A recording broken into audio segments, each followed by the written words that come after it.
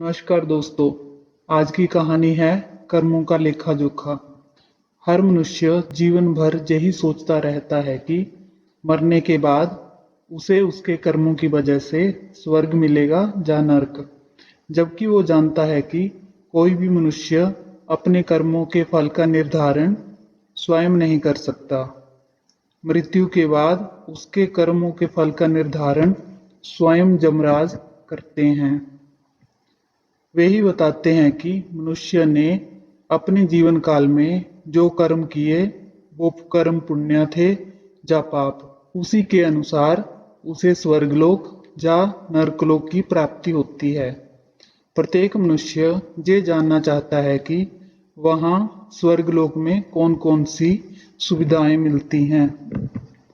यदि किसी मनुष्य को नरक मिलता है तो उसे वहां पर कैसी कैसी यातनाएं झेलनी पड़ती हैं।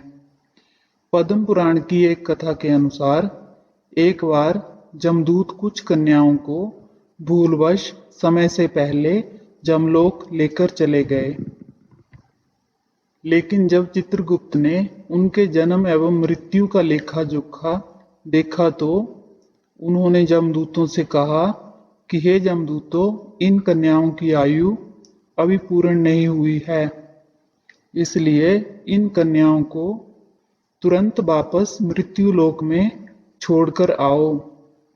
जब इस बात का पता उन कन्याओं को चला तो उन सब ने जमदूतों से कहा, हे भगवान, आपकी इस भूल की वजह से हमारे परिवारजनों को जो कष्ट पहुंचा है उसके बदले आपको हमें जमलोक दिखाना होगा और इसके बारे में संपूर्ण जानकारी देनी होगी, तभी हम सभी वापस धरती लोक जाएंगे, अन्यथा हम यहीं रहेंगे।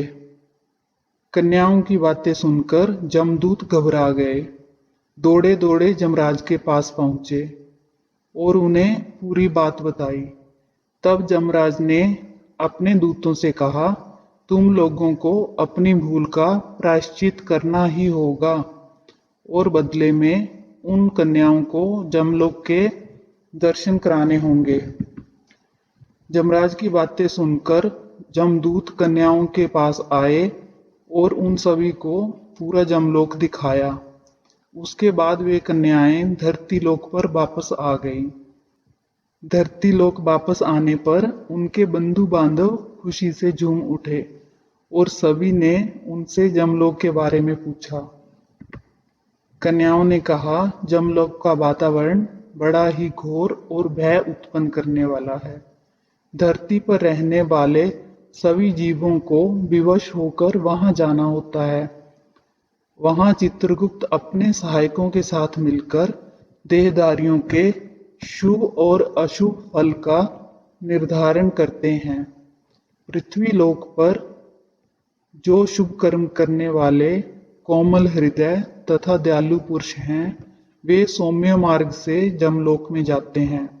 विभिन्न प्रकार के दान करने वाले और व्रतों में संलग्न रहने वाले स्त्री पुरुषों से सूर्य नंदन जम की नगरी भरी हुई है। माघ स्नान करने वाले लोग वहां विशेष रूप से शोभित होते हैं। धर्मराज उनका अधिक सम्मान करते हैं। वहां उनके लिए सब प्रकार की भोग सामग्री सुलभ होती है। माघ स्नान में मन लगाने वाले लोगों के सैकड़ों हजारों विचित्र विचित्र विमान वहां शोभा पाते हैं। इन पुण्यात्मा जीवों को विमान पर बैठकर आते देख सूर्यनंदन जम अपने आसन से उठकर खड़े हो जाते हैं और अपने पार्षदों के साथ जाकर उन सब की आगवानी करते हैं। फिर उन्हें विमान पर बैठाकर स्वर्ग को भेज देते हैं। स्वर्गलोक की कहीं तुलना नहीं है। वह सब प्रकार के दिव्य भोगों से परिपूर्ण है। इस प्रकार उनकी अनुमति ले पुण्यात्मा स्वर्गलोक में जाते हैं।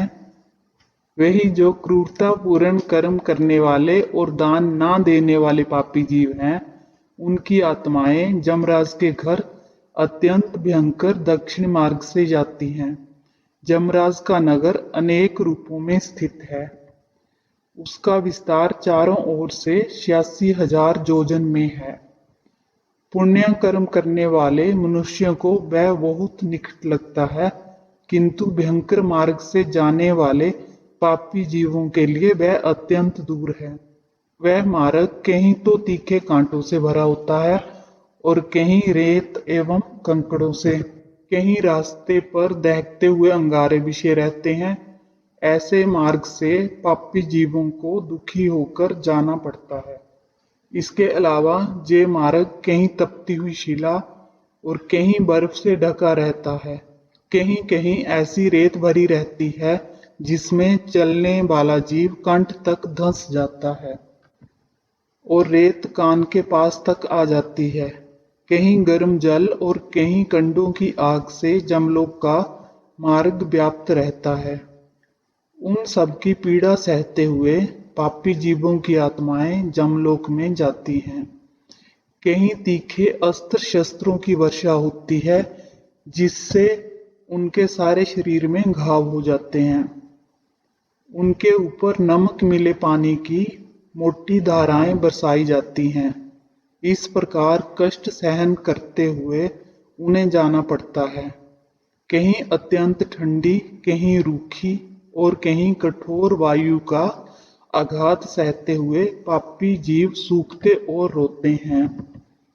इस प्रकार वह मार्ग बड़ा ही भयंकर है, जहाँ कोई सहारा देने वाला नहीं मिलता।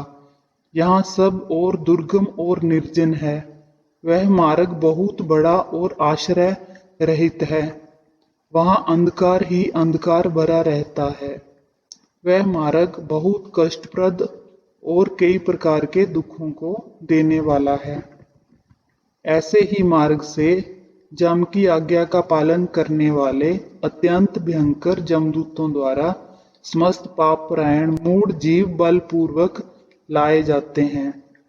ऐसे पापी जीवों की आत्माएं जमलोक में बंधु बांधवों से रहित होती हैं। वे शरीर से दुर्बल और भयभीत होते हैं तथा क्षुधा की आग से जलते रहते हैं। ऐसे जीवों की आत्माओं की बाहें पीठ की ओर घुमाकर बांध दी जाती हैं और उनके हाथों में कील ठोंक दी जाती है। साथ ही पैरों में बेड़ी भी पड़ी होती है। कुछ दूसरे जीवों के गले में रस्सी बांधकर उन्हें पशुओं की भांति घसीटा जाता है। कुछ को भालों से छेदा जाता है, कुछ को बाणों से घायल कर दिया जाता है और इस प्रकार उन्हें विवश करके जमलोक में ले जाया जाता है। वे भूख प्यास से पीड़ित होकर अन्न और जल मांगते हैं, धूप से बचने को छाया के लिए प्रार्थना करते हैं और शीत से व्यथित होकर तापने के लिए अग्नि मांगते हैं। जिन्होंने अच्छे कर्म नहीं किए होते वे उस पथ पर इसी प्रकार कष्ट सहते हुए यात्रा करते हैं। इस प्रकार अत्यंत दुखमय मार्ग से चलकर जब वे जमलोक में पहुंचते हैं, फिर उन्हें जमराज के आगे उपस्थित किया जाता है। तब जमराज और चित्रगुप्त उन पापियों को धर्मयुक्त वाक्यों से समझाते और फटकारते हुए कहते हैं कि खोटे कर्म करने वाले पापियों, तुमने दूसरों के धन हड़प लिए हैं और सुंदर रूप के घमंड में आकर पराई स्त्रियों के साथ व्यभिचार किया है। मनुष्य अपने आप जो कुछ करता है उसे स्वयं ही भोगना पड़ता है। फिर तुमने अपने ही भोगने के लिए पाप कर्म क्यों किए और अब अपने कर्मों की आग में जलकर इस समय तुम लोग दुखी क्यों हो रहे हो। कहानी की शिक्षा। मनुष्य अपने लिए स्वर्गलोक या नरकलोक का रास्ता यही अपने जीवन काल में अपने अच्छे और बुरे कर्मों के द्वारा निर्धारित करता है।